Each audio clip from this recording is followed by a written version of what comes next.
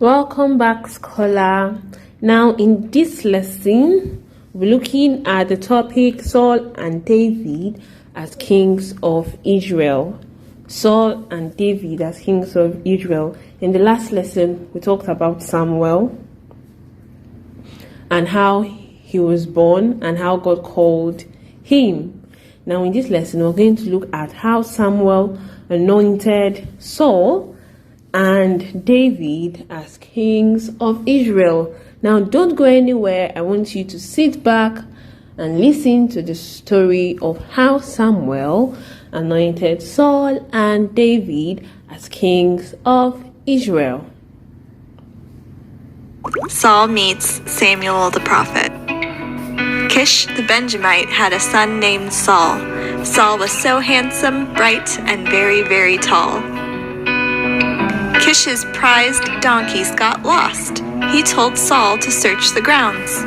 Take my servant and find my donkeys. They could get hurt. They must be found. Saul and the servant searched the grounds. They looked high and low, but the donkeys couldn't be found. Saul told the servant, "We better head home, or Father will worry, so we better scurry." The servant told Saul, There's a prophet who lives near. Let's visit him. He listens to God and will tell us what he hears. We will ask him where the donkeys can be found. Then we can bring the donkeys back home, safe and sound.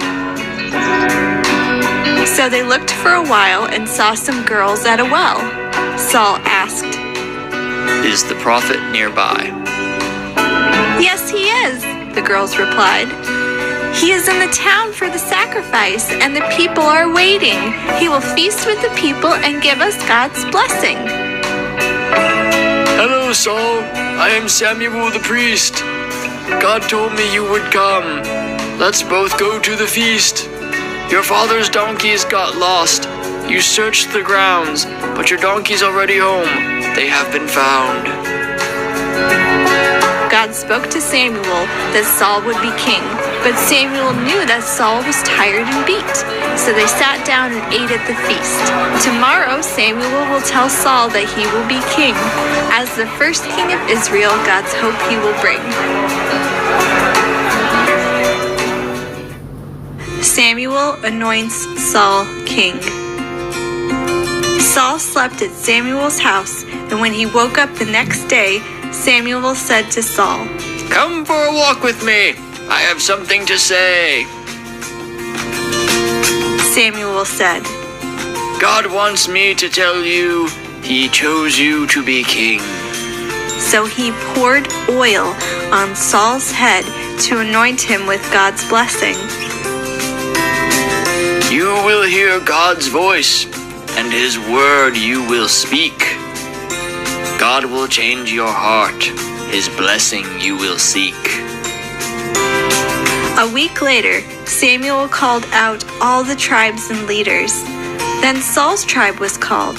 But where could he be? Saul was scared, and his heart was not eager to take responsibility. Samuel called out to the crowd, "Look who I bring. See who God has chosen to be your king. God has given you what you asked. I will tell him of his duties, responsibilities, and tasks." The people were happy, and they began to sing. The people shouted, "Long live the king!" Saul was no longer scared, and his heart was eager. He was ready to be Israel's leader. Samuel anoints David. Saul was king of Israel, but he became proud and his heart was cold. Samuel was sad that Saul disobeyed God, but God would choose another man whose love for him was bold. The last time Samuel spoke to Saul, he warned him how he brought God shame. "Obedience is better than sacrifice. Another man will take over your reign." God told Samuel to make a journey to the house of Jesse of Bethlehem. The new king would come from this family, a son of Jesse, a godly man. Samuel knocked on Jesse's door. His 7 sons appeared very gallant. Samuel took a look at all the men. Each one had a special talent. But God spoke to Samuel. Don't look at appearance or height. Then Samuel asked Jesse if he had any other sons. None of these men had a heart that was right. Jesse said, There is another, but he's the youngest, tending the sheep. Bring him to me.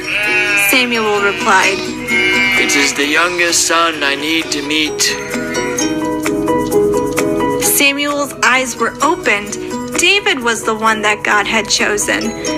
Samuel anointed David and poured oil over his head. The Spirit of the Lord came powerfully on David. Someday a crown would rest on his head. David versus Goliath. The Philistines and Israel were at war. King Saul and his men were scared because of the giant Goliath of Gath and the armor he wore. No man would fight him. They wouldn't dare. Some time ago, the prophet Samuel had anointed David with oil. He will be the king of Israel someday, and to God he would always be loyal. David's brothers were with King Saul while he was at home taking care of the sheep. Jesse sent David to bring food to them all. He packed his bags and brought food to eat. When David arrived, he saw Goliath of Gath. He was a giant who stood very tall. Goliath was cursing God and pouring out his wrath. David heard his words and was appalled. Saul heard of David's bravery and had him brought to his tent. He gave David his armory to fight Goliath, but David didn't consent. It's too big for me to wear, and I must fight to win. With a stone I have killed the lion and the bear. The Lord is with me, and we will win. David met Goliath and stood without dread. Goliath called David terrible names. Goliath said, Why do you send me a boy with stones and a sling? Is this the best your king can bring? With a stone and a slingshot David slung at his head, Goliath fell dead and put his army to shame. The Philistines were terrified, and with a loud yelp they turned around and ran away. David saved the battle with the Lord's help, and Israel rejoiced that day. David and Saul. David lived in the palace with Saul the king. He played music for him, and he would sing praises to God. Jonathan, King Saul's son, became David's best friend. They worked, prayed, and had fun. They worshiped God in all they did. David was also a soldier for Saul the king, and much success did he bring. He fought more enemies than Saul overall. The people thought David was braver by far. One day after battle, the people did sing, Saul has killed his thousands, but David has killed his tens of thousands. Saul became very angry and jealous. He was afraid the people would become zealous and make David their king. Angry with David, Saul wanted him dead. When David began to sing, Saul picked up his spear, and at David he did fling. I will kill you! With help from Jonathan, David ran away. He hid from Saul for many, many days. King David. Saul was jealous of David. The thought of him made Saul livid. So David hid in the desert and in caves. He depended on God to protect him and keep him brave. Saul was searching for David in a cave. But Saul was so tired that he fell asleep on the floor. David could have killed Saul, but that wouldn't be brave. Instead, he let Saul live and did the right thing for the Lord. Samuel the prophet had died. He had anointed David on a hillside. He died in peace, knowing that David would be king. He knew that Israel would once again rejoice and sing. The messenger came to David, and he had sad news to bring. He said that Saul had died and Israel was without a king. It was God's will for David to lead the people. Once again, they will be blessed and sing. Praise be to God and long live the King! David's promise. David is king of Judah, but the people were sad about the death of Saul. They were sad to lose Jonathan, and some did not want David to be their king. Their loyalty remained with the house of Saul. For many years, the house of David and the house of Saul were at war. The house of David was much stronger, and the house of Saul could not be restored. David's army was victorious, and Saul's army was defeated. Now, the crown belonged to David, and on Israel's throne he is seated. Years ago, David promised Jonathan to take care of his family. David had searched for Jonathan's relatives so he could bless them graciously. Jonathan had a son who survived the war. Mephibosheth was his name. His nurse dropped him when he was small. His legs were broken and he was lame. David's servants found out where Mephibosheth was hiding. He was brought before David, but inside he was shaking. Jonathan, your father, was my dear friend. Don't be afraid, Mephibosheth. David said, You will inherit your father's lands.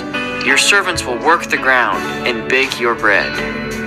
But you, Mephibosheth, will eat with me. Like my own son, you will be. David kept his promise to Jonathan's heir. Mephibosheth remained under David's care. Welcome back, scholar. I hope you learned a lot from these lessons.